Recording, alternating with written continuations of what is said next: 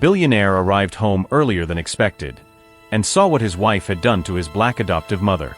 The electric Mercedes glided silently through the circular driveway of the Malibu mansion when David Thompson decided to cancel his last-minute meeting and surprise his family.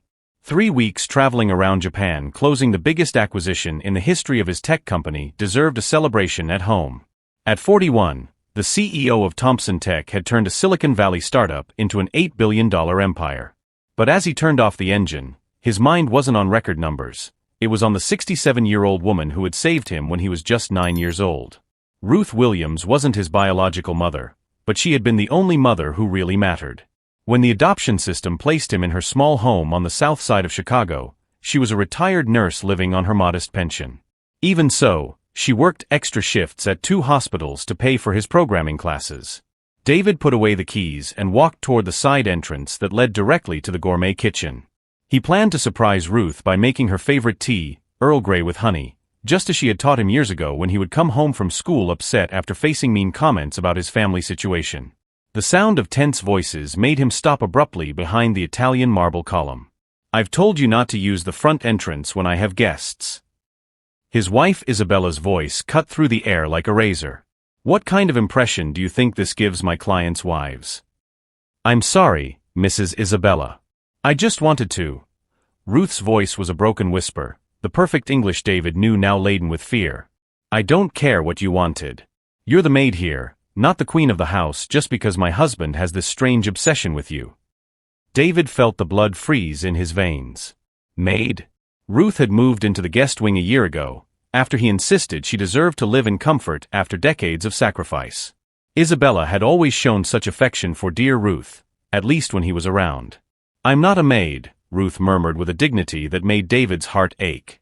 "David invited me to live here as family." Isabella's cruel laughter echoed through the kitchen. "Family? A black woman from Chicago who picked him up from an institution when no one else wanted him? Please. You were paid by the state to take care of him, just like any nanny." The Italian leather briefcase slipped from David's numb fingers, landing silently on the Persian rug. For 32 years, Ruth had never mentioned receiving any assistance from the state. To him, she had always been simply the woman who chose to love him when the whole world seemed to have given up on him. "And another thing," Isabella continued, "stop leaving your hair in the drain of the bathroom you use. It's disgusting. Starting today, you'll use the bathroom in the basement storage room. But the basement bathroom doesn't have heating. Then use cold water. It might be good for you to learn that you're not a guest here, you're tolerated." David cautiously approached the kitchen entrance and saw Ruth, the woman who had worked 16 hours a day to pay for his guitar and computer lessons, huddled against the granite island like a wounded bird. Her hands, the same ones that had comforted him during endless nights of nightmares about abandonment, trembled as she held a cup of now-cold tea. "Isabella is right," Ruth whispered, more to herself than to anyone else. "I should have stayed in Chicago. This isn't my place." "Exactly." Isabella slammed her hand on the counter. Finally, a moment of lucidity. "You never belonged in this world, Ruth. You can pretend all you want, but you'll always be a retired nurse from a poor neighborhood trying to pass herself off as something she's not." It was then that David noticed the detail that completely devastated him. Ruth was wearing a simple cleaning uniform. Isabella had literally turned the woman who raised a billionaire into a maid. As he quietly retreated to the garden, a memory came flooding back with devastating force. Ruth at 35, working 3 jobs to pay for his first programming competition, saying, "Baby, one day you're going to be so big that you'll help people like us. But never, ever let anyone make you forget where you came from." Now, at 67, the woman who had sacrificed her best years so that he could dream was being humiliated in the house that her sacrifices had made possible. David took out his cell phone and opened the mansion's security app. If Isabella was doing this now, in front of him, what happened when he was away for weeks? If this story of betrayal and racism touched you, don't forget to subscribe to the channel, because you'll find out how a man who owed everything to his adoptive mother turned her humiliation into the greatest lesson in justice a prejudiced woman ever received. For 3 hours, David remained locked in his office reviewing weeks of security footage. Each video revealed a new layer of systematic cruelty that made him nauseous. Isabella forcing Ruth to eat cold leftovers in the basement, while she dined on gourmet dishes in the main dining room. Isabella hiding the remote control for the heater when David was traveling, leaving Ruth shivering in the cold during California's winter nights. Isabella throwing away letters that arrived for Ruth from old colleagues in Chicago, even intercepting medical correspondence. But it was the video from 2 weeks ago that completely destroyed him. Ruth had prepared a special dinner to celebrate the 32nd anniversary of her adoption, waiting for David to return from a conference in New York. Isabella came home, saw the table set with candles and the homemade cake Ruth had baked with her own arthritic hands. "How pathetic," Isabella said directly to the camera, as if she knew David would be watching. "An old black woman pretending to be the mother of a white billionaire. That's delusional even for you, Ruth." Isabella threw the whole cake in the trash, blew out the candles, and forced Ruth to clean everything up before David arrived. When he called from his trip to ask if Ruth had enjoyed the surprise he had asked Isabella to organize, flowers and a special dinner, his wife lied with frightening ease. "Oh, she loved it, honey. She was so moved she cried. You should have seen it. She said you're the best son a mother could have." Ruth had cried. David could see it in the recordings. But not out of joy. Out of humiliation and loneliness, eating a cold sandwich in the basement while Isabella posted photos of the family dinner on social media, using old images to maintain the charade. The investigation revealed something even more sinister. David discovered that Isabella had a private WhatsApp group called Malibu Elite Wives, where she shared updates about Ruth with her equally privileged and racist friends. "David's old maid is getting more and more confused," Isabella wrote. "Yesterday, I found her trying to use the master bathroom again. I had to remind her where she belongs. These people never learn boundaries."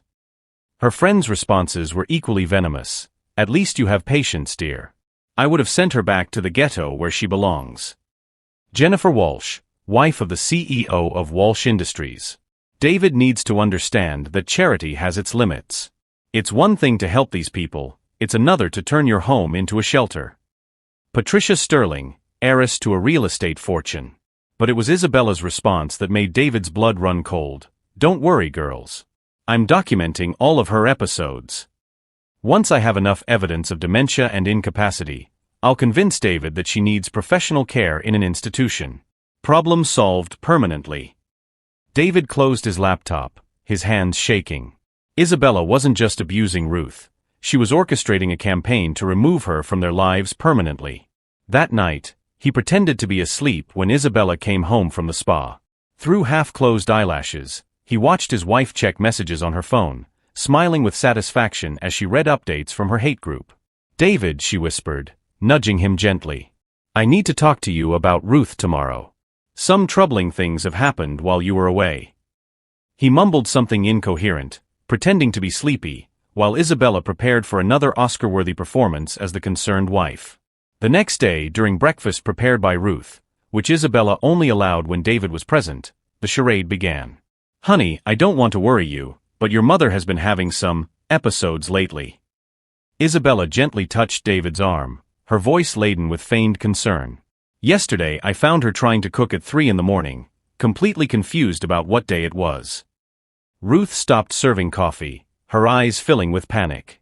David could see that she wanted to defend herself, but she had learned through months of abuse that any protest would only make her situation worse.